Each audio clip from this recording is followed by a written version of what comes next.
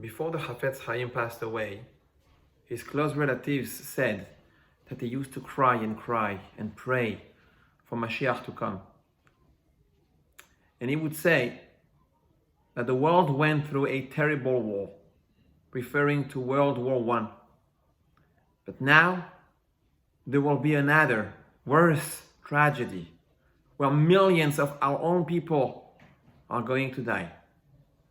And Mashiach will not be coming, because there will be a third war, a third and last war.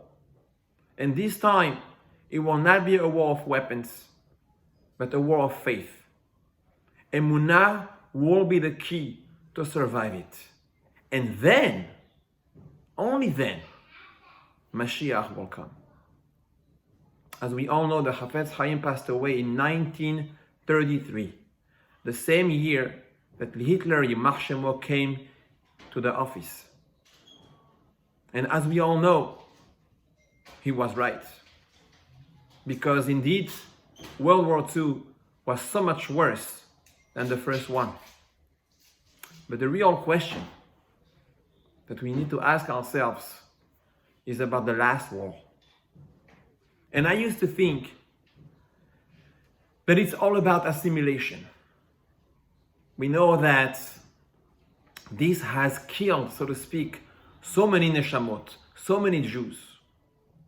But in this era, today, it seems that for the past few weeks, this emunah, this leap of faith, has not just affected the far Jew,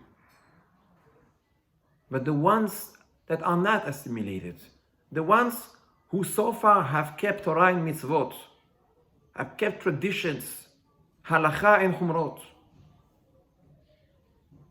How do we deal today with the financial burden and the worry that is affecting every single one? How do we deal with not being able to pray and learn in shuls?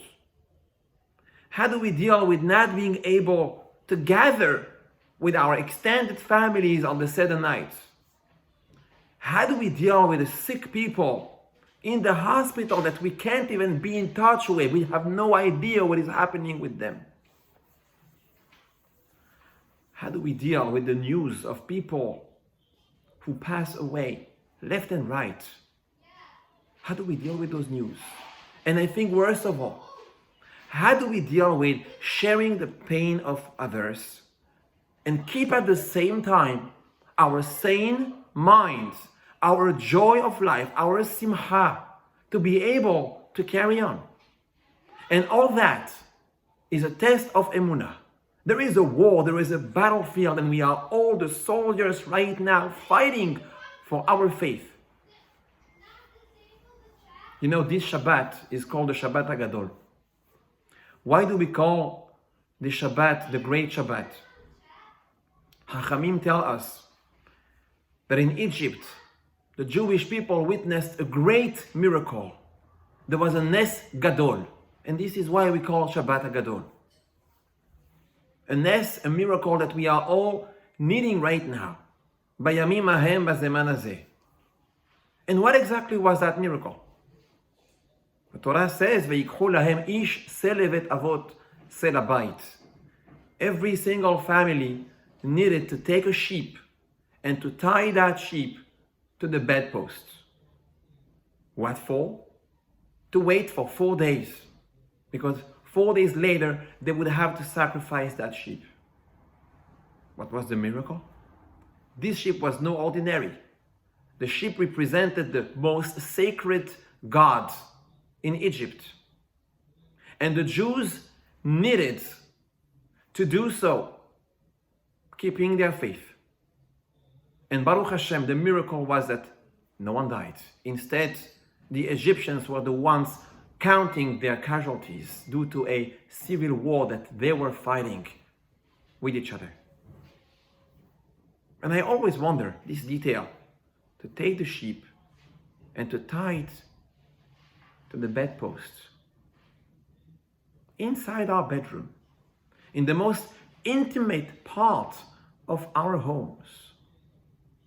I think that detail matters so much more today. Because just like then, HaKadosh Baruch Hu tested our ancestors in their emunah, in their fears, their doubts, their insecurity. They wonder if Hashem was really going to save them. And so too today, HaKadosh Baruch Hu is again testing us in our emunah. How much real faith do you have in me? And not just outside, in your home, inside your intimacy. We have this Shabbat again, that mission to take that sheep and to put it, to tie it to our bedpost.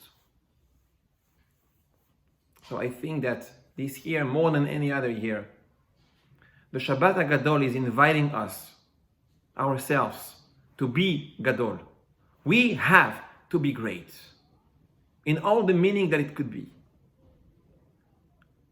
True emunah in Borei Olam. To find that connection, to find this leap of faith, whatever it is that can connect me, my family, to let me be a role model in that emunah, to augment the joy, the simcha. We need to inspire. We need to diffuse it. We need to let it explode.